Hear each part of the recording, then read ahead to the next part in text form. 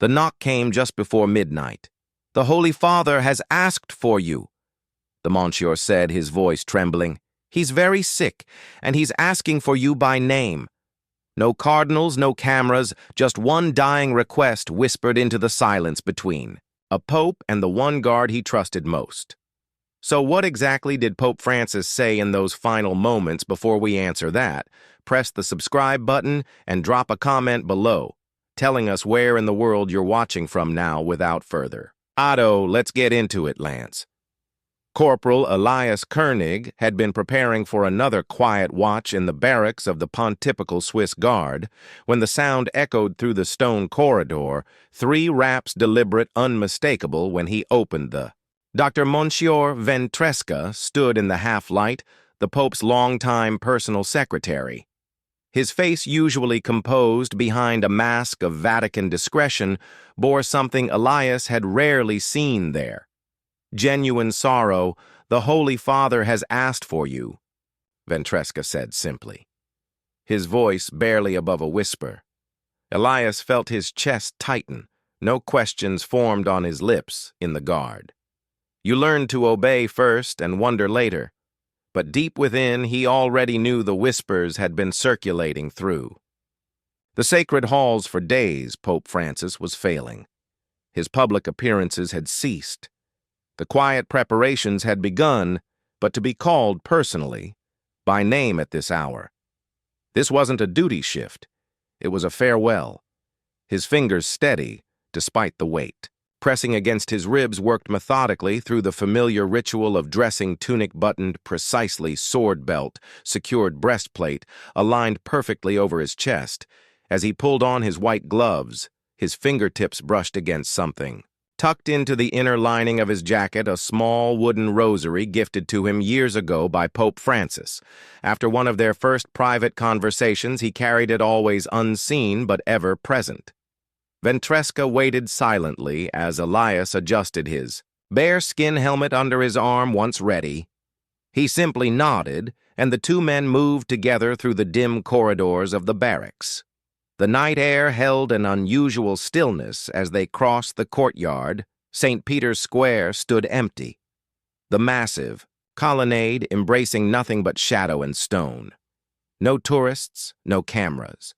Just the weight of centuries watching their passage. They entered the Apostolic Palace through a side entrance, rarely used doors normally reserved for visiting dignitaries. Tonight, no ceremony announced their arrival, just the hushed echo of their footsteps against marble floors, worn smooth by history as they climbed a narrow stairwell. Elias's mind drifted back through the years to the quiet smiles Francis reserved for him after Mass, to the conversations where improbably a pontiff had chosen a young Swiss guard as confidant rather than merely protector, not seeking absolution but connection. Their bond had begun 7 years earlier when Elias was still new. To Rome and to service, he had remained in the chapel long after morning. Mass, kneeling alone in prayer, most assumed the young guard was simply devout. Only Francis had recognized the weight of grief that kept him there. "You pray like a man who knows what it is to lose," Francis had said, approaching him that morning. Voice gentle with understanding, he'd been right. Elias had grown up in the mountainous canton of Uri, the youngest of 3 brothers. He was the only one to survive the avalanche that had claimed not just his family but half his village. Grief had carved him hollow, then rebuilt him with duty as his foundation. When he'd come to the Vatican, he sought not glory, but purpose. A place where silence was permitted, expected. Even Francis had seen past. The stoic uniform to the wounded soul beneath.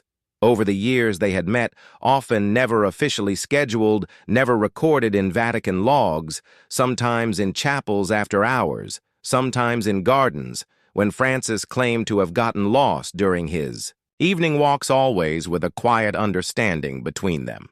There were no grand confessions, no political discussions, just 2 men, one bearing the weight of the church, the other the weight of memory, finding in each other a reflection of wounds.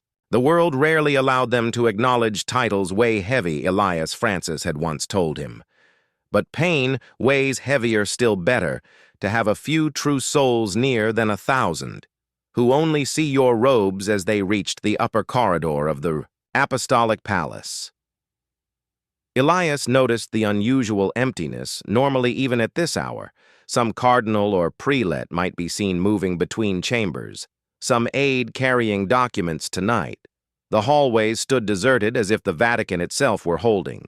Its breath Ventresca slowed his pace as they approached a modest wooden door, not the ornate entrance to the papal apartments that Elias had expected, but a simpler threshold leading to what he knew were the Pope's private chambers, the rooms where Francis lived as a man, not just a pontiff. "He's been asking for you since sunset," Ventresca said softly. His hand resting on the door handle, the doctors wanted him to rest, but a small, sad smile touched the Monsign's lips. He can still be quite stubborn. Elias nodded, understanding completely. In their many conversations over the years, Francis had often joked about what he called his Argentine stubbornness, a quality that had both frustrated his advisors and endeared him to millions. Ventresca placed a hand lightly on Elias's shoulder. "He's waiting for you," he said quietly, then pushed the door open. The room beyond was dim, lit only by the soft amber glow of a single lamp. Shadows gathered in the corners like silent witnesses, but the center of the room seemed weightless, as if the very air had thinned.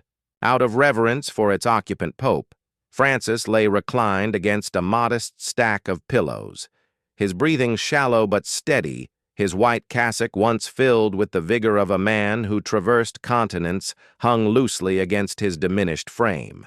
Yet when his gaze found Elias, his eyes held the same clear light they always had. With the faintest gesture of his fingers, he beckoned the guard forward. Elias approached with measured steps, the soles of his polished boots almost silent against the floor.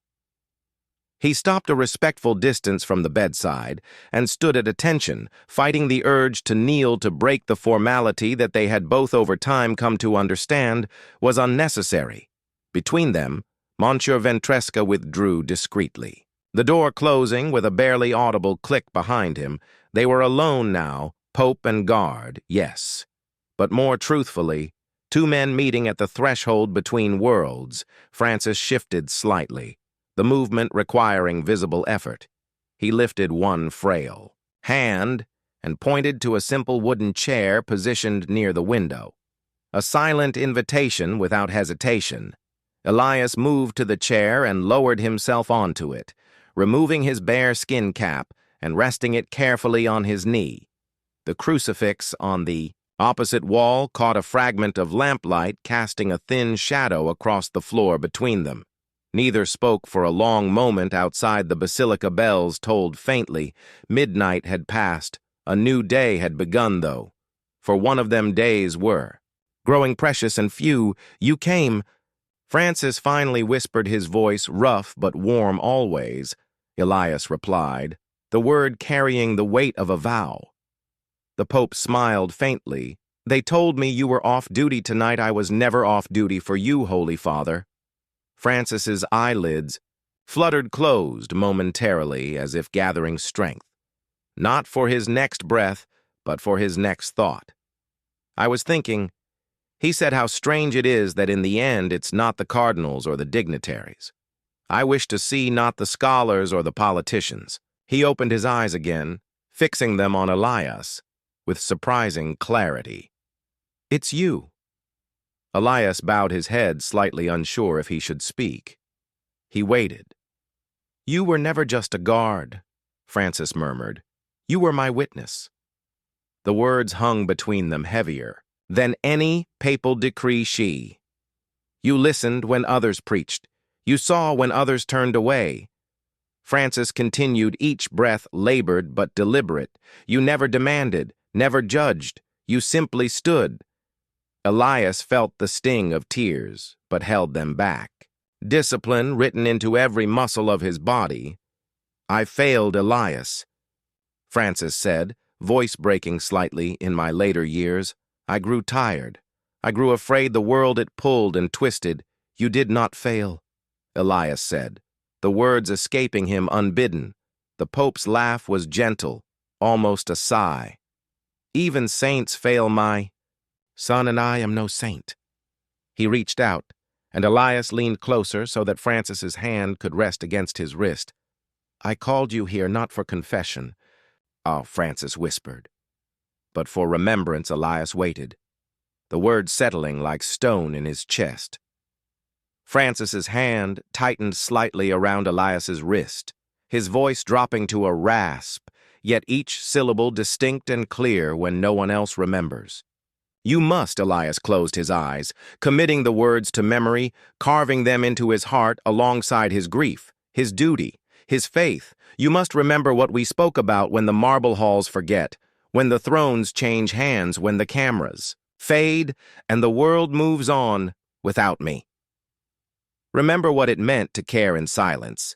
Elias opened his eyes and nodded.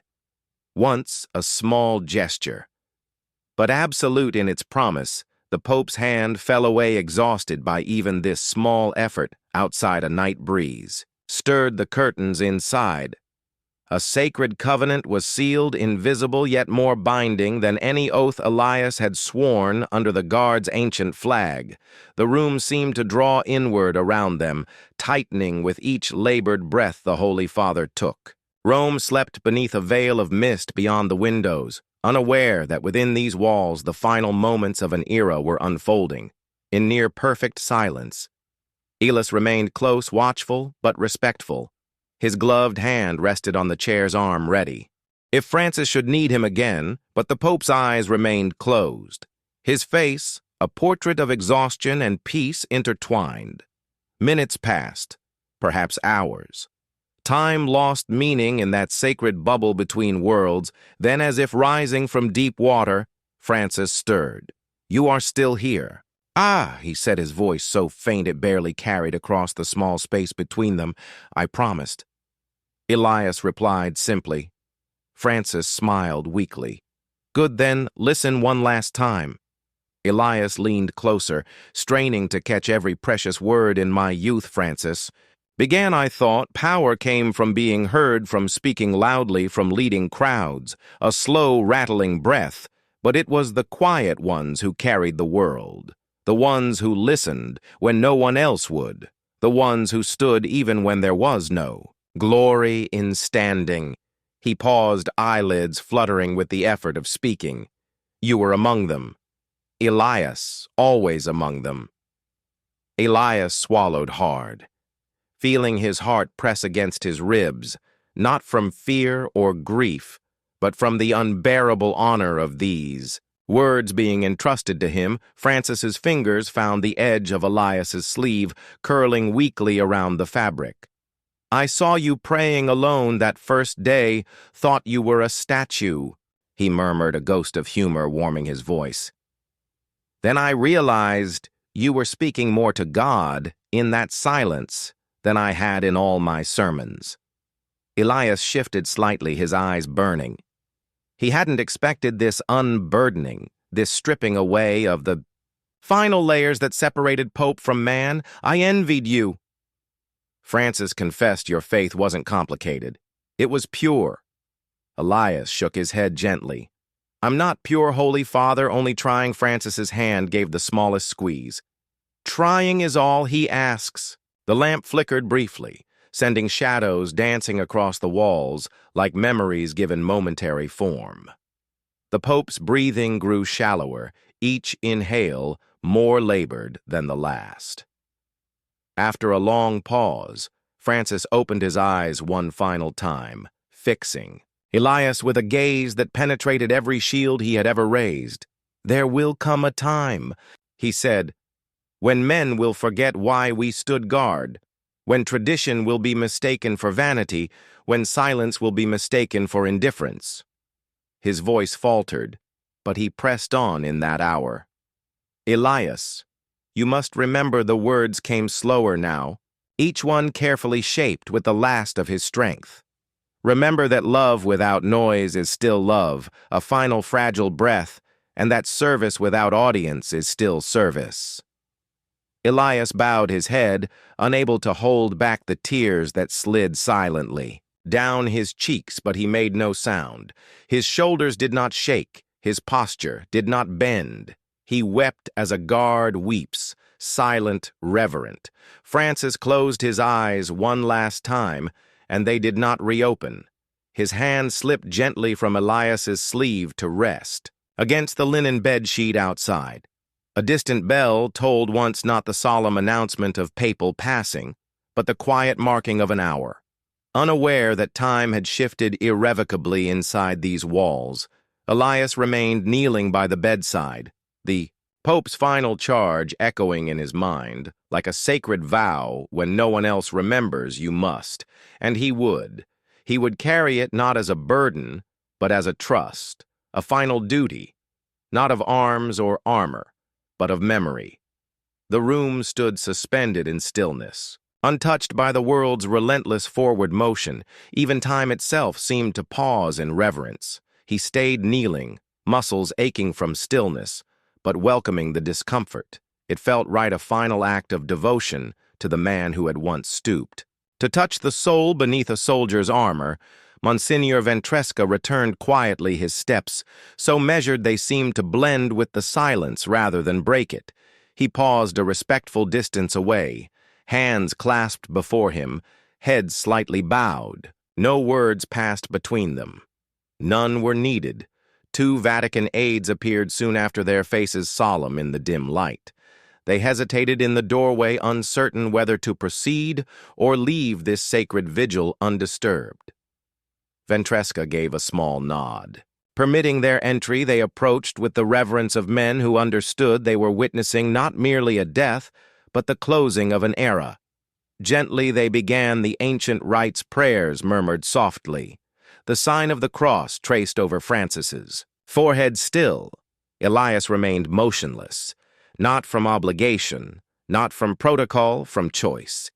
He was the living embodiment of the Pope's last request, a guardian not of a throne, but of a truth passed from one soul to another in the quiet between worlds. When the aides had completed their duties, one approached Elias with careful steps. "You may be dismissed, Corporal," he said softly. Elias didn't move immediately. His gaze remained fixed on Pope Francis's hands, now folded peacefully across his chest. After a moment, he rose not with military precision, but with reverent grace. He retrieved his bare skin cap from the chair and tucked it under his arm at the threshold. He paused. He turned once, offering a final salute, not the sharp parade ground gesture demanded by protocol, but a slow, respectful movement, a farewell between two men whose connection had transcended title and rank. Then he stepped back into the corridor, leaving behind not just a room, but a chapter of his life now sealed forever in his heart. The marble beneath his boots felt colder, each step heavier, with the knowledge of what he now carried. Not a secret, a sacred trust when no one else remembers. You must outside the first pale light of dawn touched the Vatican gardens. A new day was beginning, but for IAS Koenig, it was a different kind of dawn, one marked not by the rising sun, but by the quiet inheritance of a final plea. He did not look back. Some moments he knew were meant to be left behind, carried forward only in spirit. The heavy oak door closed behind him with a soft thud, and Elias stood alone in the narrow corridor, the cool air of the apostolic palace brushing against his face like a final blessing. The marble walls, witnesses to centuries of history, seemed to absorb his footsteps as he moved steadily back toward the life he had always known, but would never see the same way again. Throughout the palace, the first subtle signs of awareness were beginning. Staff moved with hushed urgency. Prelates gathered in small clusters, their voices low. Soon bells would toll, announcements would be crafted, ceremonies planned. The machinery of papal transition would awaken with all its somber pageantry. But none of that was Elias's concern. Now he was no longer just a guard. On duty, he was the keeper of something precious, a memory, a message, a final whisper passed from a dying soul to a living one. He crossed through the side courtyard where his fellow guards changed posts silently, halberds gleaming in the growing light. No one stopped him. No one questioned his presence in the unspoken language of soldiers and servants. Some things required no explanation in his small room in the barracks. Elias began the ritual of removing his uniform. First, the breastplate, set carefully on its wooden stand, then his gloves peeled from his fingers with deliberate care, piece by piece. He shed the armor of ceremony until only the man beneath remained, raw, humbled. Altered from inside his uniform jacket, he retrieved the wooden rosary Pope Francis had given him. Its beads were smooth from countless prayers, its cross worn by the touch of many vigils. He placed it gently on his nightstand and sat on the edge of his cot, hands resting on his knees, the weight of the night finally settling upon him. There were no tears now. Those had been shed in the sacred silence of that room. There was only a vow, an unspoken oath more binding than anything he had sworn under arms when no one else remembers. You must, he would, remember. He would remember the kindness hidden beneath formality, the gentle hand on a grieving guard's shoulder when the world seemed unbearable, the shared laughter in quiet gardens when protocol demanded distance, the wisdom offered not from pulpits, but through the simple act of seeing another soul completely. Elias rose and crossed to the small desk against the wall from a drawer. He took a simple notebook, its pages mostly blank. He opened to the first page, and in careful handwriting, wrote a single line, "Remembrance begins in silence." He closed the book without writing more. Some promises he knew were too sacred for paper. Instead, they lived in actions, in choices, in the steady gaze of a man who understood that true loyalty wasn't proclamation. It was persistence, the quiet courage to carry forward a flame that others could not see in the days that followed. The world mourned as expected. St. Peter's Square filled with crowds holding candles, dignitaries arrived in solemn procession, news cameras captured every public moment of grief and ceremony, but none witnessed the quiet ritual. Elias began each morning before dawn, a moment of prayer with the wooden rosary, a page added to his journal, not with grand reflections, but with simple memories, the way Francis had laughed at a sparrow that once interrupted their conversation, his fondness for the worn leather shoes he refused to replace despite protocol, the strength in his hands, despite his age hands that had blessed millions but had also once simply held Elias's own when words failed them both a week after the funeral, when the cardinals had gathered for conclave and the world's attention had shifted to speculation about succession. Elias was assigned to guard the small private chapel where Francis had often prayed alone.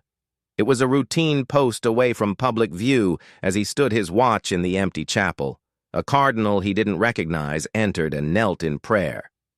After some time, the elderly man approached Elias with curious eyes. "You're Koenig, aren't you?" he asked quietly. "The one who was with him at the end." Elias gave a small nod. Surprised to be known, the cardinal studied him thoughtfully. "He mentioned you know many times." A pause, he said. "You understood something the rest of us often forget." Elias waited uncertain. "That the church isn't made of marble and gold," the cardinal continued. "It's made of moments no one sees."